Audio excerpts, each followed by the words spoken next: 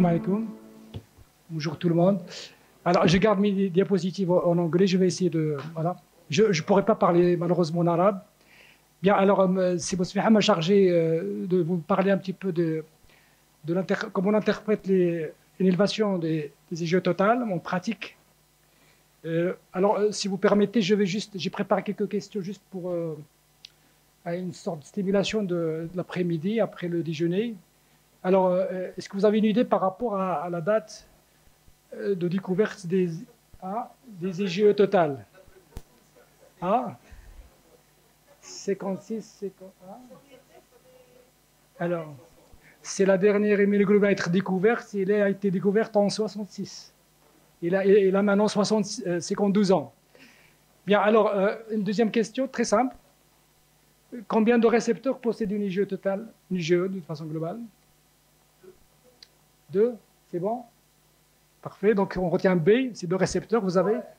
Il y a un récepteur de forte affinité, il y a un récepteur de faible affinité, mais ce qui est intéressant à regarder, c'est qu'on a aussi un récepteur soluble qui s'appelle SD23, c'est important. Il y a même certains auteurs qui le considèrent comme un 3e récepteur. Bref, c'est un 2e récepteur qui est de faible affinité, qui intervient dans le... On va voir après quel est son rôle. Alors, une 3e question. Est-ce que les IgE ont un rôle dans l'immunité antiparasitaire? Je parle sous l'autorité du professeur Hafid, le parasitologue. Oui ou non? Yes, OK. Nice. OK. Alors maintenant, juste de passage, je signale comme quoi, voilà, par rapport à la chronologie de découverte en fait, tout ce qui est en rapport avec les IgE, depuis 1906, on a essayé de... Déjà, par rapport à l'allergie, on a compris des choses. Et après, en 1966, justement, l'équipe japonaise a découvert cette IgE totale, et des IgE, je veux dire. Et après, à partir de 2014, on est sur les approches immunothérapiques basées sur les anti-IgE. Donc, du coup, c'est une histoire derrière. Donc, du coup, c'est un domaine assez intéressant à découvrir. Alors, voilà, c'est des choses un peu basiques, mais je tiens juste à les signaler. Alors, vous connaissez les IgE maintenant avec sa structure, avec 4 régions FC, epsilon, et puis vous avez donc ce récepteur à forte affinité, puis ceux de faible affinité, avec justement une répartition, mis à part, à côté de celle de forte affinité qui est distribuée au niveau essentiellement des mastocytes basophiles, vous allez remarquer qu'en quoi les autres récepteurs sont exprimés de façon assez, on va dire, très hétérogène et polymorphe sur plusieurs cellules, les cellules d'ingérence, les cellules dendritiques, monocytes, eosinophiles et autres. Ça explique comment le jeu va intervenir dans plusieurs pathologies et avec un rôle assez, soi-disant, intéressant dans différentes réactions immunitaires. Alors, lorsqu'on regarde, soi-disant, l'antigénie ou la naissance des IgE totales, déjà, on a constaté qu'en quoi, lorsqu'on les a dosés au niveau du cordon ombilical, alors leur titre était très faible, inférieur à 2 kg. Après, ils vont graduellement augmenter jusqu'à l'âge de la grande enfance. Au bout de 10-15 ans, on atteint un titre un petit peu celui de l'adulte, mais après, ils vont diminuer de façon progressive aussi chez l'adulte. Donc, du coup, c'est comme un petit peu l'histoire du thymus. On aura tendance à une diminution, mais bien sûr, en gardant un titre qui ne dépasse pas les 50 ou les 150 maximum, unités, kilos internationales. Alors, par rapport à des intervalles de valeur normale des IgE totales, regardez, grosso modo, avant 1 an, on a jusqu'à 50 unités kilo internationales, jusqu'à 4 ans, entre 0 et 352, et entre 5 à 10 ans, jusqu'à 400 à peu près.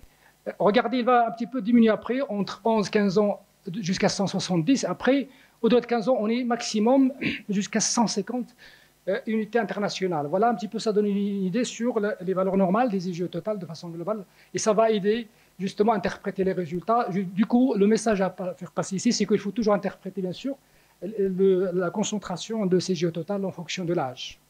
Alors, il y a même des études qui ont été faites chez les patients allergiques qui présentent une rhinite allergique. On a regardé est-ce qu'il y a une différence entre le sexe. Regardez, apparemment, le sexe masculin a tendance à faire plus d'IgE totales que le sexe féminin. C'est une constatation, soi-disant, avec soi-disant un test significatif, un p-value très significatif. Maintenant, depuis les années 90 déjà, on s'était posé la question pourquoi nous avons des IgE totales. Certes, Et se dégage comme quoi le rôle des IgE totales dans l'allergie est incontestable. Cependant, regardez, on a mis en évidence progressivement comme quoi le rôle des IgE, et c'est important dans les infections, en l'occurrence les infections parasitaires. Ça, c'est mon deuxième message clé qui va expliquer beaucoup de choses après pourquoi les IgE totales peuvent être retrouvées facilement ou élevées dans les infections parasitaires. Après, je fais un petit, soi-disant, retour en arrière sur tout ce qui est allergique. Mon objectif, ce n'est pas de traiter l'asthme ou l'asthme allergique, mais vous connaissez très bien la physiopathie. J'ai la chance d'avoir des pneumologues ici, je parle sur leur contrôle. Alors, regardez, bien sûr, l'asthme fait impliquer des facteurs génétiques, des facteurs environnementaux, les virus, les polluants et certains agents pathogènes. Mais ce qui est intéressant à regarder, à côté des cellules dendritiques et le profil cytokinique TH2 qui est connu à tout ce qui est allergique, on a aussi les fameuses nouvelles cellules, en fait, connues récemment, innate lymphocyte cells, ou les cellules innate lymphoïdes, qui ont du coup un rôle important dans la genèse de cette activation des mastocytes basophiles. Et du coup, vous avez donc une production, tout ce qui va promotionner, encourager la production des IgE totales. Des IgE, je veux dire, ce n'est pas la peine que je m'arrête parce qu'il y a aussi des IgE spécifiques avec. Bref, je souligne ici juste l'implication de d'autres cellules dont il va falloir tenir compte à l'avenir pour pouvoir interpréter ou connaître la physiopathie de l'asthme allergique. Deuxièmement, lorsqu'on a regardé les infections parasitaires, regardez, c'est un exemple, il y en a d'autres aussi. Alors, regardez, lorsqu'on regarde les cellules B ou les lymphocytes B qui interagissent avec ou qui réagissent face à des infections parasitaires, on distingue déjà deux sous-populations, B1 et B2, celles qui se répartissent dans des muqueuses et séreuses. Vous avez donc, quelque part, il y a un certain antagonisme joué entre, soi-disant, assuré par les B1, sous-population B1 et B2. Les lymphocytes sous-population B1 a tendance à induire un profil TH2 et donc favoriser donc, la clairance des parasites. En l'occurrence, il a tendance à bloquer aussi la circulation B2. Et du coup, ça explique quelque part cette adaptation réciproque entre le système immunitaire et les parasites. Donc, certes, on aura des hyper-IgE, mais aussi, des fois, le manque, l'insuffisance du système immunitaire en termes de lutte et d'insuffisance à éclairer facilement les parasites explique comme quoi pourquoi il y a ce conflit entre les populations.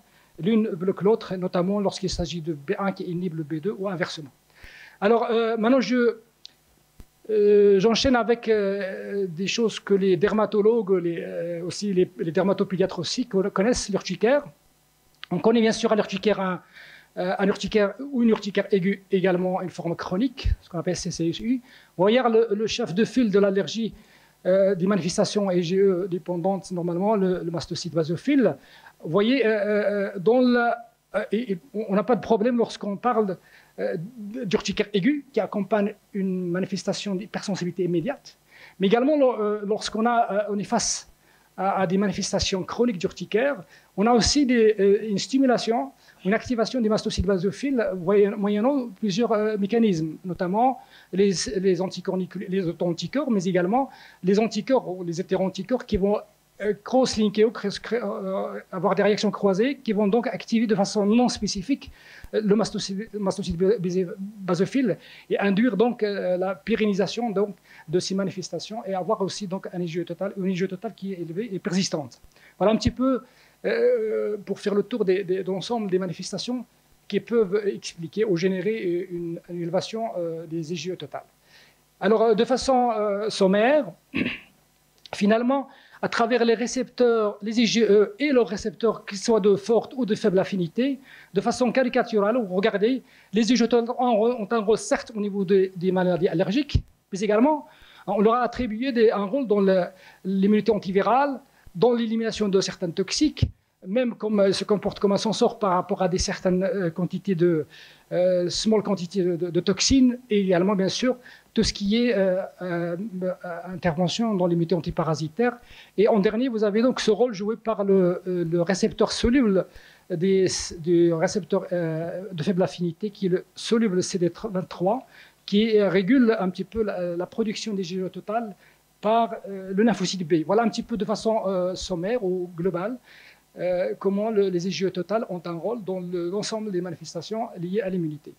Alors, lorsqu'on regarde les causes de cette épère-IgE, on regardait en premier, bien sûr, les maladies allergiques, on n'en discute pas, mais en deuxième, si ce n'est assez important, tout ce qui est infections parasitaires, les cystodes, les trématodes, les nématodes, mais également, il ne faut pas oublier, on peut avoir une épère-IgE liée à une gammapathie monoclonale, à un ensemble de déficits immunitaires qui soient primitifs ou secondaires, les maladies inflammatoires, notamment Kawasaki ou périartérite noueuse, ou la cystite fibrosante, etc. Et puis la fibrose cystique, excusez-moi, et puis les infections également, notamment la lèpre, l'aspergillose et certaines candidoses. Alors, et puis, s'il vous plaît, un message à faire passer aux cliniciens. Avant d'évoquer un éventuel déficit immunitaire primitif, d'abord, éliminer les autres causes. Notamment, je viens d'en parler, les infections parasitaires, il y en a plusieurs, notamment dans des pays à risque, avec parfois des risques d'insalubrité, etc. Les infections qui soient aspergillaires ou qui soient candidosiques ou bien virales. Également, tout ce qui est néoplasique, le maladie d'Hodgkin, le myélome multiple, la pré-transplantation, également le cancer bronchique, les maladies, on va dire les atteintes cutanées, notamment le pemphigus, la dermatite acrale chronique, etc. Vous avez beaucoup de situations cliniques auxquelles il va falloir penser, au moins lorsqu'on a une IgE totale élevée. Donc il va falloir peut-être savoir rattacher cette épère-IgE totale à ces différentes manifestations avant de s'emballer dans l'exploration d'un déficit immunitaire. Sinon, lorsqu'on pense à un désordre immunitaire, vous voyez un petit peu, lorsqu'on regarde les IgE totales par rapport à leur concentration, regardez, on peut atteindre des titres très élevés jusqu'à 50 000. Unité internationale, ça varie de 100 jusqu'à 150 000, regardez. Donc finalement, le titre peut avoir, certes, n'a pas un rôle discriminant, ce n'est pas un facteur discriminant, mais souvent, lorsqu'on a un titre très, très élevé, il fait penser à des choses sérieuses. Et vous avez la liste des étiologies qui est justement rattachée à ces épère-IgE totales, notamment le Sjogren's, la dermatite atopique, et puis, bien sûr, tout ce qui est déficit immunitaire primitif, le syndrome périgéum, le vascular glitch, bien sûr, Netherton ou Neselov syndrome, etc. Vous voyez, beaucoup de circonstances en termes de déficit immunitaire, avec bien sûr le phénotype clinique et soi-disant anatomo-clinique qui va aider justement le clinicien et le biologiste ou l'immunologiste à faire la part des choses entre ces différentes étiologies. Alors, arrivons sur une des principales causes en termes de déficit immunitaire primitif qui cause justement cette épère-IgE totale, le syndrome périgéum. C'est un autre domaine. Bertrand m'a facilité la tâche parce qu'il avait insisté sur les différentes découvertes récentes en termes de gènes. Vous voyez un petit peu, on peut globalement les séparer en deux. Il y a des déficits autosomiques dominants, il y a ce qui est récessif. Ceux qui sont autosomiques dominants, essentiellement ceux liés à la perte de fonction de stade 3, notamment syndrome qu'on connaissait très bien, Job syndrome, Job-Buckley. Et puis il y a d'autres aussi, Herbin deficiency ou également CARD11 mutations, etc. Et vous avez de l'autre côté celles qui sont récessives. En premier, le DOC8, TEC2, et PGM3 aussi, et d'autres dont Bertrand a bien parlé tout à l'heure, l'interleukine 6-ST ou ZNF 341. Bref, vous avez toute une liste qui est actualisée.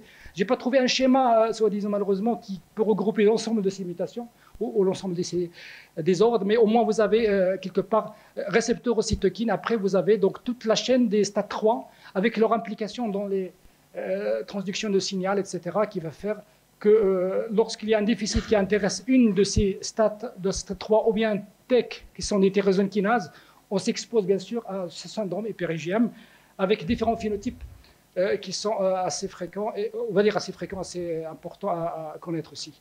Alors, au niveau clinique... Edmond, vous en avez pour 2 minutes. Je suis désolée. Vous en avez pour 2 minutes. 2 minutes. Ouais. Okay. Bon. J'ai fait vite, ok.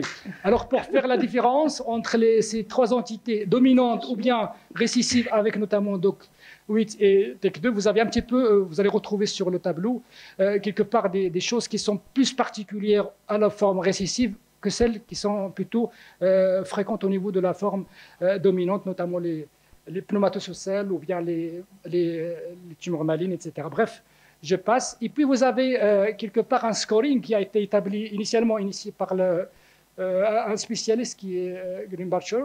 Et puis après, il a été adopté par le NIH. Ce scoring va pouvoir un petit peu aider à faire la part des choses entre la forme récessive et dominante.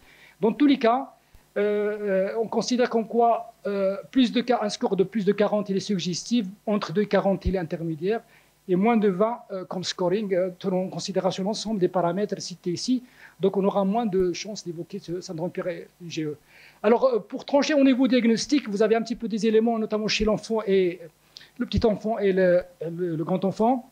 Vous avez, chaque fois qu'on a un eczéma, des infections récurrentes, avec élévation des hyper-IgE, voilà, pensez essentiellement à DOC8, stade 3, ou Viscotal-Rich. Après, vous avez donc un algorithme qui va vous permettre un petit peu de, par rapport aux généralistes, aux pédiatres, aux spécialistes, savoir référer le patient à un spécialiste ou un centre de référence pour faire une étude, soi-disant, ou des investigations appropriées. Alors, pour faire plaisir aux dermatologues et aux dermatopédiatres aussi, un eczéma sévère ou bien une dermatite atopique. Voilà, vous avez un petit les étiologies, mais voilà un petit peu le tableau clinique qui va aider justement à faire la part des choses en termes de manifestations neurologiques, vous voyez, qui caractérisent les formes récessives, ou bien également les formes, les pneumatococèles, ou bien d'autres, soi-disant, manifestations qui sont plus rattachées ou là rattachables à un déficit en stade 3. Vous voyez un petit peu une sorte d'algorithme qui va aider à faciliter la tâche aux cliniciens, mais bien avant ça, il y a bien sûr tout un bilan à faire, un bilan basique à partir de la NFS, puis le dosage des immunoglobulines et la cytométrie qui va aider justement à aider le clinicien à faire le diagnostic. Alors, pour conclure, d'abord, le message qui est clé, ne demandez les IgE totales que devant les situations suivantes. Lorsqu'on est face à un statut de polysensibilisation, avec des perspectives d'immunothérapie derrière. Les infections parasitaires, je les cité presque toutes. La dermatite herpétiforme, l'urticaire chronique et l'aspergillose bronchopulmonaire. Bien sûr, la suspicion de déficit immunitaire primitif. Alors, un déficit primitif doit être suspecté à chaque fois qu'on a une élévation des IgE avec des manifestations sévères ou atypiques. En premier, donc, le déficit stade 3, DOC8 et d'autres nouveaux phénotypes qui ont bien d'être mis en évidence. Bien sûr, il ne faut pas oublier le Viscotal-Rich, le syndrome d'Omen, les PEX et l'autre. Et puis, bien sûr, il ne faut pas oublier de toujours interpréter comme l'ensemble des bilans biologiques, cet IgE total en fonction de l'âge.